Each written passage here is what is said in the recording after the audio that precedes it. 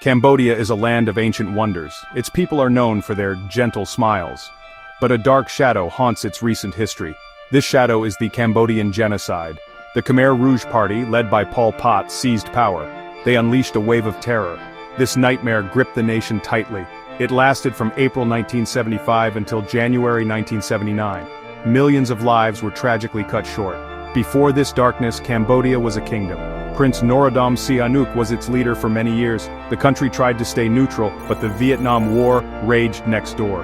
In 1970, a coup, backed by the United States, removed Sihanouk. This event plunged Cambodia into deeper turmoil. The nation became caught in a wider conflict. American bombs fell on parts of the countryside. This destabilized Cambodia significantly. The Khmer Rouge were communist insurgents. They gained strength during this chaotic time. They promised to restore order and Cambodian pride. Many rural people, tired of war, supported them. The Khmer Rouge hid their true, radical intentions. On April 17, 1975, the Khmer Rouge forces marched into Phnom Penh. The Khmer Rouge declared Year Zero.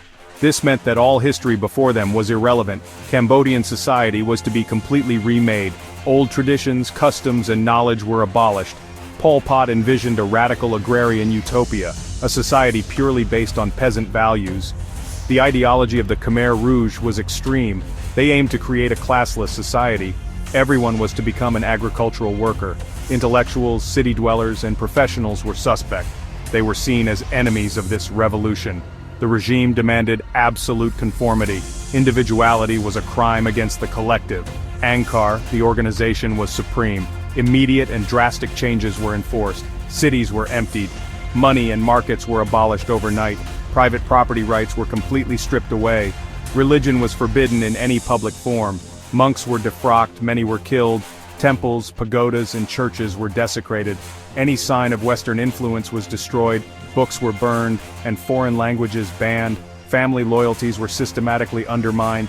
Children were encouraged to spy on their parents. Angkar demanded total obedience. Fear became the constant companion of every Cambodian.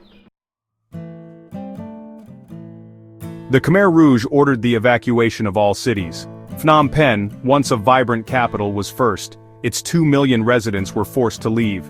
Soldiers with guns made them abandon their homes. They were told it was for their own safety, that American bombing was imminent. They were assured it was only for a few days.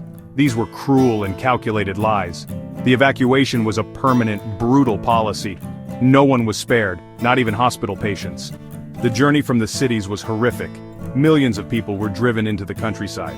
They walked for days, sometimes weeks, with nothing. The sick, the elderly, and young children suffered most. Many died along the roads from exhaustion, or from hunger, thirst, or untreated illnesses. Families were separated in the chaos. The Khmer Rouge showed no mercy, no compassion. This forced march was a death sentence for many. The cities themselves became eerie ghost towns. Homes stood empty, possessions left behind. Schools were silent, their classrooms deserted. Hospitals were abandoned, patients forced to walk. Markets, once bustling with life, were desolate. The Khmer Rouge aimed to destroy urban life. They believed cities corrupted their pure revolution. The soul of Cambodia's urban centers was extinguished. Before the Khmer Rouge, Tuol Sve Prey High School stood. It was a place of education in Phnom Penh. Children learned and played within its walls. The Khmer Rouge transformed it entirely. It became Security Prison 21 or S21. It was also known as Tuol Sleng. This name would become infamous worldwide, a symbol of the regime's unimaginable cruelty. Its purpose shifted from learning to extermination. The former school was turned into a high-security prison. Buildings were enclosed by electrified barbed wire. Classrooms were converted into tiny prison cells. Some cells were brick, barely big enough to lie down. Others were crude wooden pens, side by side. Windows were covered with iron bars and wire. Torture chambers were established on site, filled with horrific instruments of pain. The Khmer Rouge meticulously documented their victims, photographing them before and often after torture. An estimated 20,000 people were imprisoned at S21. They came from all walks of life. Government officials, soldiers from the previous regime, academics, doctors, teachers, engineers, monks, even Khmer Rouge members accused of treachery. Women and children were not spared either. Brutal torture was used to extract confessions. Survival at Tuol Sleng was virtually impossible. The term killing fields refers to numerous sites. These were spread across the Cambodian countryside. Here the Khmer Rouge committed mass executions. Millions of Cambodians met their tragic end. These fields were often remote, hidden from view, places where the regime's darkest acts unfolded. They are a somber testament to the genocide, a landscape scarred by unimaginable violence, the earth itself soaked with the blood of innocents. Choang Ek, just outside Phnom Penh, is one such site. It is perhaps the most widely known killing field. Many victims from Tuol Sleng, also known as S-21 prison, were brought here. They arrived in truckloads, often blindfolded, believing they were being relocated to new homes. Instead, they faced brutal, systematic extermination. To save ammunition, victims were often bludgeoned, killed with iron bars, pickaxes, or sharpened bamboo sticks. Babies and young children were also murdered here, their bodies callously thrown into mass graves. Mass graves became a common feature of the landscape. Over 20,000 such graves have been discovered, containing the remains of more than 1.3 million people. The sheer scale of the killing is hard to comprehend. The Khmer Rouge targeted anyone perceived as an enemy: intellectuals, ethnic minorities, religious figures, even people who wore glasses were suspect. This paranoia fueled endless cycles of murder, leaving behind a legacy of bones and sorrow. The term killing fields refers to numerous sites. These were spread across the Cambodian countryside. Here the Khmer Rouge committed mass executions. Millions of Cambodians met their tragic end. These fields were often remote, hidden from view, places where the regime's darkest acts unfolded. They are a somber testament to the genocide, a landscape scarred by unimaginable violence, the earth itself soaked with the blood of innocents.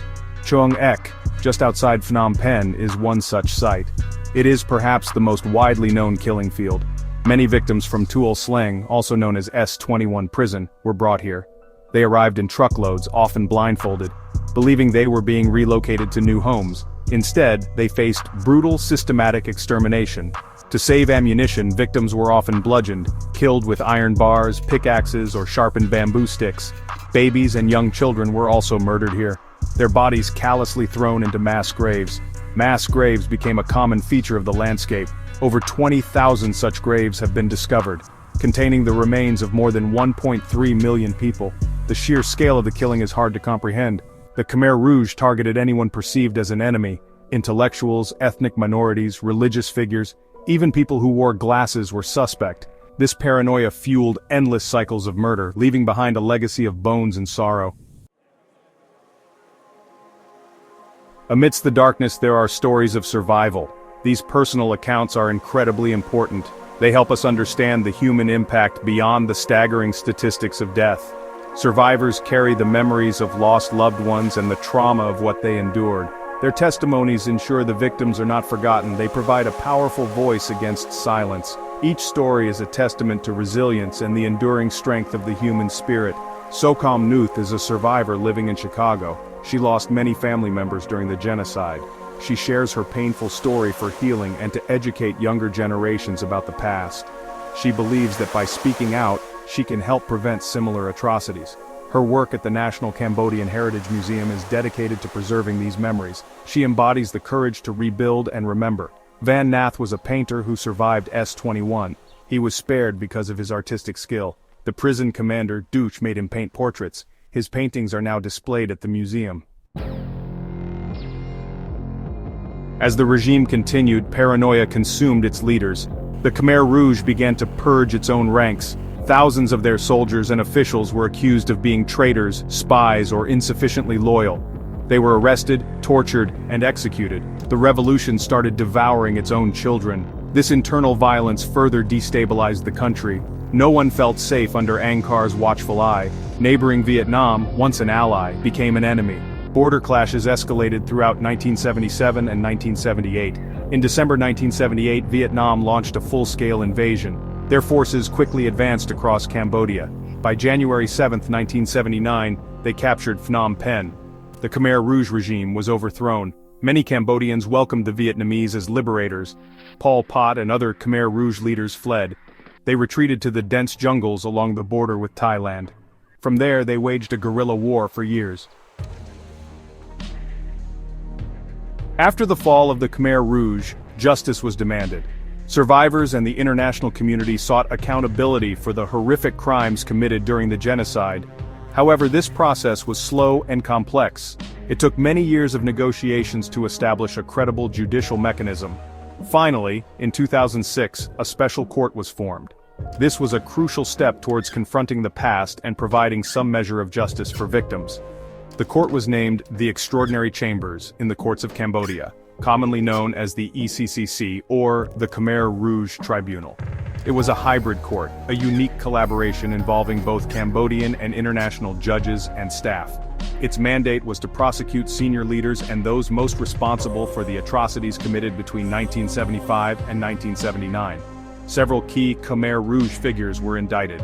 Kang Gwek EAV, more commonly known as Comrade Duch, was the former head of the S-21 torture prison.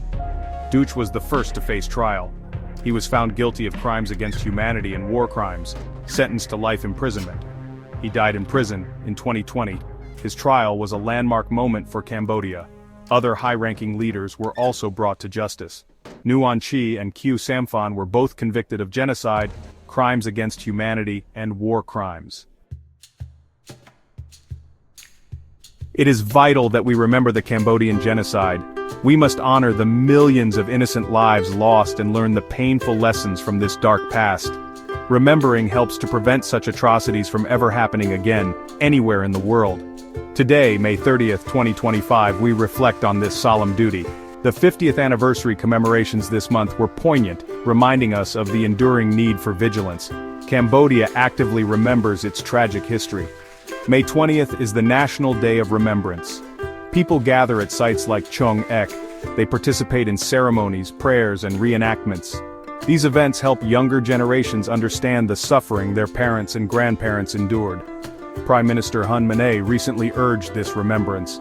Memorial sites serve as powerful reminders. The Tuol Sleng Genocide Museum in Phnom Penh stands as a testament to the horrors of S-21.